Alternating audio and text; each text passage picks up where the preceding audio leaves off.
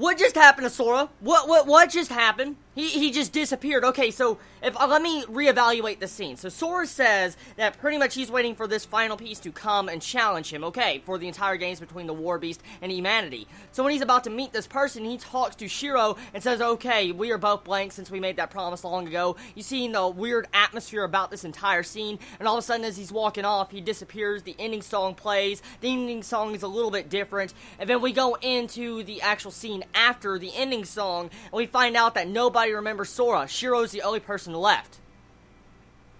What?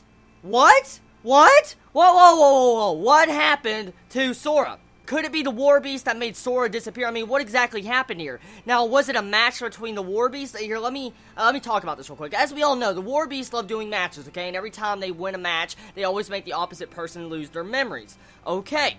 So, now that we can see from this entire scene, it seems like everybody has forgotten about Sora. So, what type of possibility is this? Could it be that a War Beast challenged Sora, and Sora lost, and so everybody forgot about Sora?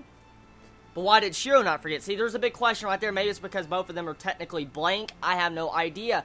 But still, the entire way this was handled, the way we see just everything, everybody's forgotten about Sora, and Shiro's the only one that remembers Sora at the end. Steph admits that she doesn't even know who Sora is, it's just a name.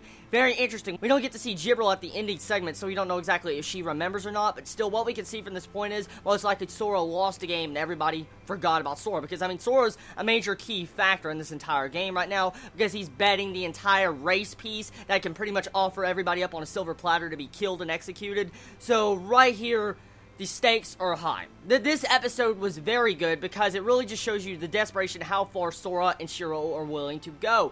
Pretty much what they bet in this entire episode is that I bet the race piece. We need to collect all the race pieces. And so, Sora pretty much announces that in this episode he actually lets loose, saying that no other race really knows how to win the entire game, exactly how to battle Tet, one of the gods. So right there, it's interesting how nobody's really understood that you have to get every single race piece to be able to challenge the top god.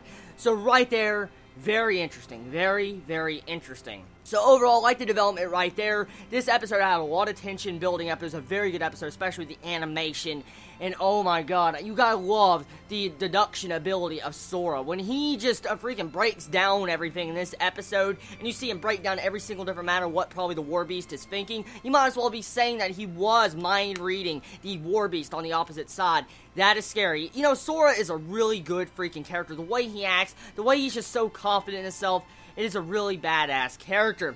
No, from this episode, there was a couple of cute moments. One of the best moments of this episode, oh my god, was the entire Lolly Isana. Oh my god, Lolly Isana, the little, cat ear girl. Oh my god, she's so cute. Oh my god, did you see that? All of a sudden, you have Sora and Shiro just see her instantly, and they jump on her and start rubbing her like, oh! And she starts cussing, and I'm like, no, it's just a cute little lolly. No, she's saying like asshole and stuff. I'm like, no, that's not right. And then all of a sudden she says, no, please continue and all that. I'm like, oh, how adorable is that? And then Sora and Shiro say her cuteness factor goes up by 1,000. I'm like, oh my god, there's so many good things in this episode, but there was a lot of plot development. Like I said, the main thing about this episode was pretty much Sora betting up the race piece, and all of humanity do not like that, because now if they lose this game, for instance, if Sora loses this game against the War Beast, that means they offer up their race piece, but what that entitles is that they are completely,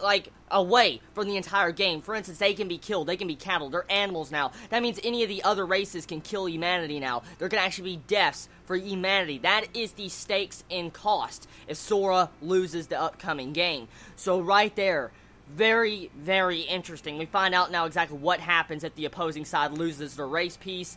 So interesting. This definitely is going to be very interesting the way this series develops. This series might actually get darker than I realized, because, I mean, what happens if Sora gets all the race pieces, which is obvious, most likely eventually he will get a lot of the race pieces. What will happen when all these races no longer can play these games and they can kill each other?